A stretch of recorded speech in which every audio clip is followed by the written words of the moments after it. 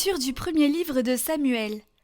En ces jours-là, le jeune Samuel était couché dans le temple du Seigneur, à Silo, où se trouvait l'arche de Dieu. Le Seigneur appela Samuel, qui répondit « Me voici ». Il courut vers le prêtre Élie, et il dit « Tu m'as appelé, me voici ». Élie répondit « Je n'ai pas appelé, retourne te coucher ». L'enfant alla se coucher. De nouveau, le Seigneur appela Samuel. Et Samuel se leva. Il alla auprès d'Élie, et il dit « Tu m'as appelé, me voici ».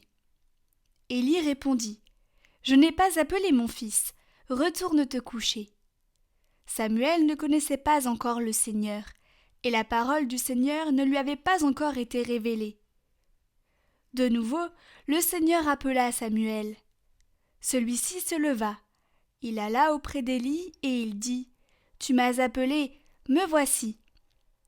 Alors Élie comprit que c'était le Seigneur qui appelait l'enfant, et il lui dit « Va te coucher, et s'il t'appelle, tu diras « Parle, Seigneur, ton serviteur écoute ». Samuel alla se recoucher à sa place habituelle. Le Seigneur vint, il se tenait là, et il appela comme les autres fois « Samuel, Samuel !» Et Samuel répondit « Parle, ton serviteur écoute ». Samuel grandit, le Seigneur était avec lui, et il ne laissa aucune de ses paroles sans effet.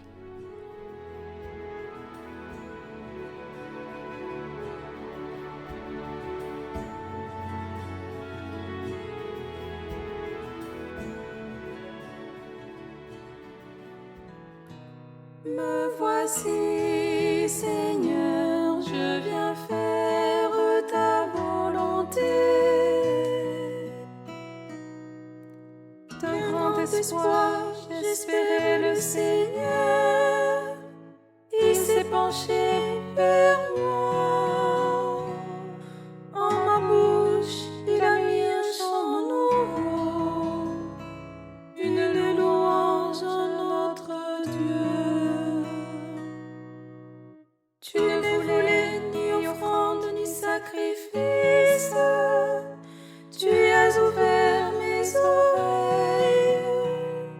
Tu ne demandais ni holocauste ni victime. Alors j'ai dit, voici je viens.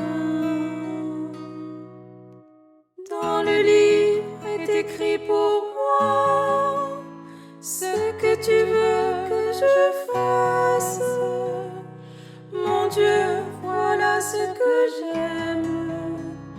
Ta loi qui me tient aux entrailles. Vois, je ne retiens pas mes lèvres. Seigneur, tu le sais.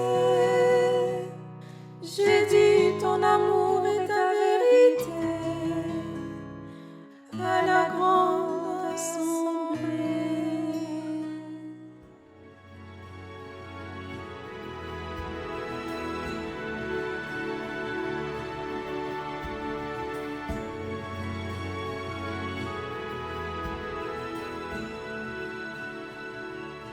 Lecture de la première lettre de saint Paul apôtre aux Corinthiens. Frères, le corps n'est pas pour la débauche, il est pour le Seigneur, et le Seigneur est pour le corps. Et Dieu, par sa puissance, a ressuscité le Seigneur, et nous ressuscitera nous aussi. Ne le savez-vous pas? Vos corps sont les membres du Christ. Celui qui s'unit au Seigneur ne fait avec lui qu'un seul esprit. Fuyez la débauche. Tous les péchés que l'homme peut commettre sont extérieurs à notre corps. Mais l'homme qui se livre à la débauche commet un péché contre son propre corps. Ne le savez-vous pas? Votre corps est un sanctuaire de l'Esprit Saint, lui qui est en vous et que vous avez reçu de Dieu. Vous ne vous appartenez plus à vous-même, car vous avez été achetés à grand prix. Rendez donc gloire à Dieu dans votre corps.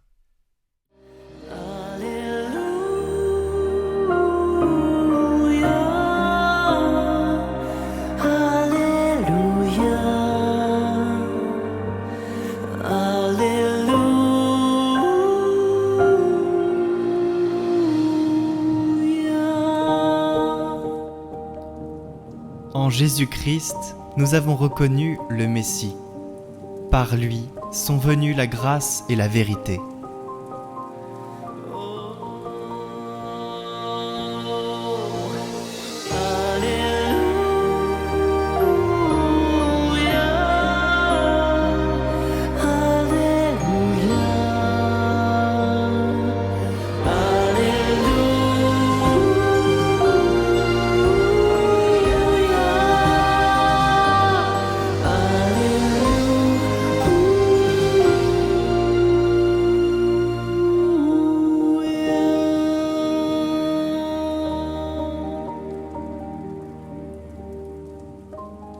Évangile de Jésus-Christ selon saint Jean.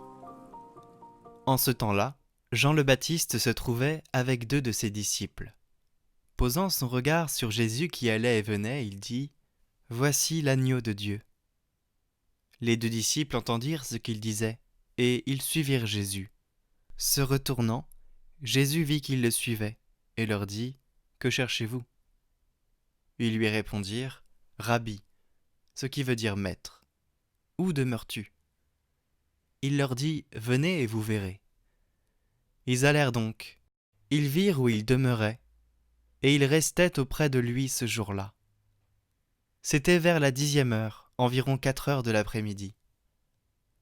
André, le frère de Simon-Pierre, était l'un des 2 disciples qui avaient entendu la parole de Jean et qui avaient suivi Jésus. Il trouve d'abord Simon, son propre frère, et lui dit « Nous avons trouvé le Messie », ce qui veut dire Christ. André amena son frère à Jésus. Jésus posa son regard sur lui et dit « Tu es Simon, fils de Jean, tu t'appelleras Képhas, ce qui veut dire Pierre. »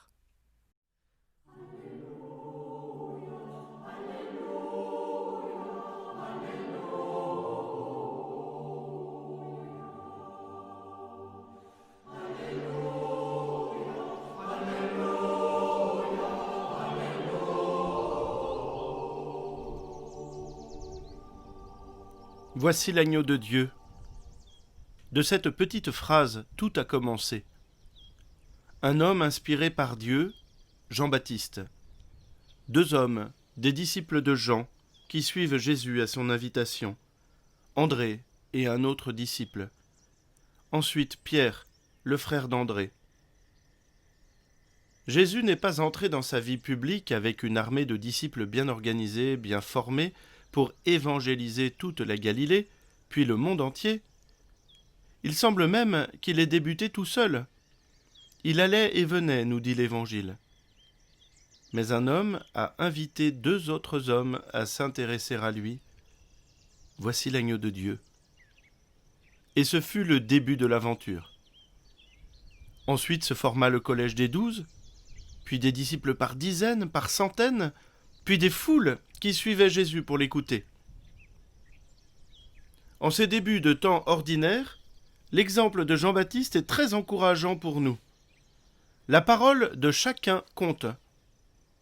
Comme l'écrivait Antoine de Saint-Exupéry dans Terre des Hommes, celui-là qui veille modestement quelques moutons sous les étoiles, s'il prend conscience de son rôle, se découvre plus qu'un serviteur.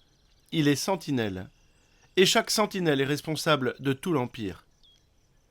Nous sommes ces hommes qui veillent. Alors, prenons conscience de notre rôle. Si Jean-Baptiste n'avait pas pris conscience d'être le précurseur, l'aventure n'aurait pas été lancée. Si André n'avait pas pris conscience de son rôle de transmetteur, l'aventure n'aurait pas été lancée.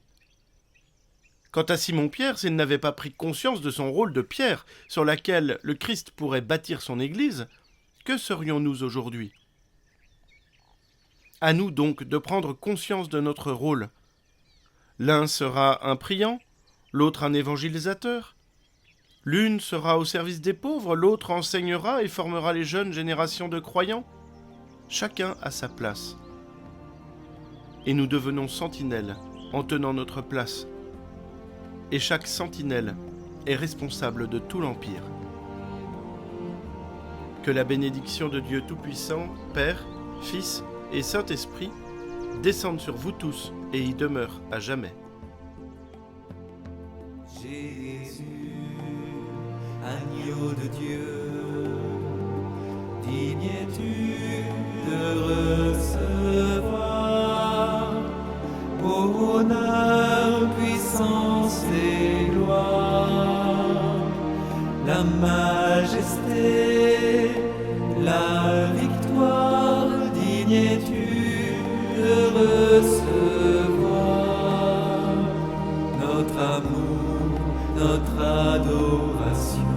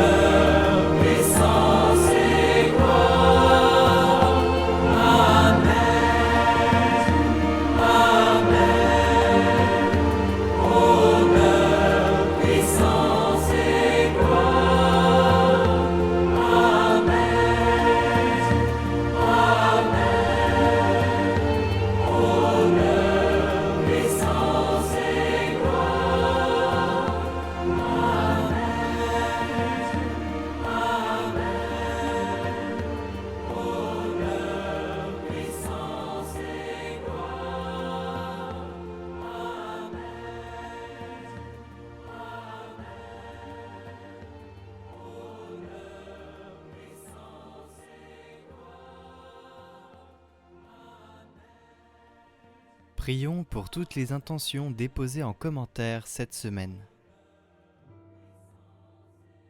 Notre Père, qui es aux cieux, que ton nom soit sanctifié, que ton règne vienne, que ta volonté soit faite sur la terre comme au ciel. Donne-nous aujourd'hui notre pain de ce jour. Pardonne-nous nos offenses, comme nous pardonnons aussi à ceux qui nous ont offensés. Et ne nous laisse pas entrer en tentation, mais délivre-nous du mal. Amen. Je vous salue Marie, pleine de grâce, le Seigneur est avec vous. Vous êtes bénie entre toutes les femmes, et Jésus, le fruit de vos entrailles, est béni. Sainte Marie, Mère de Dieu, priez pour nous, pauvres pécheurs, maintenant et à l'heure de notre mort. Amen.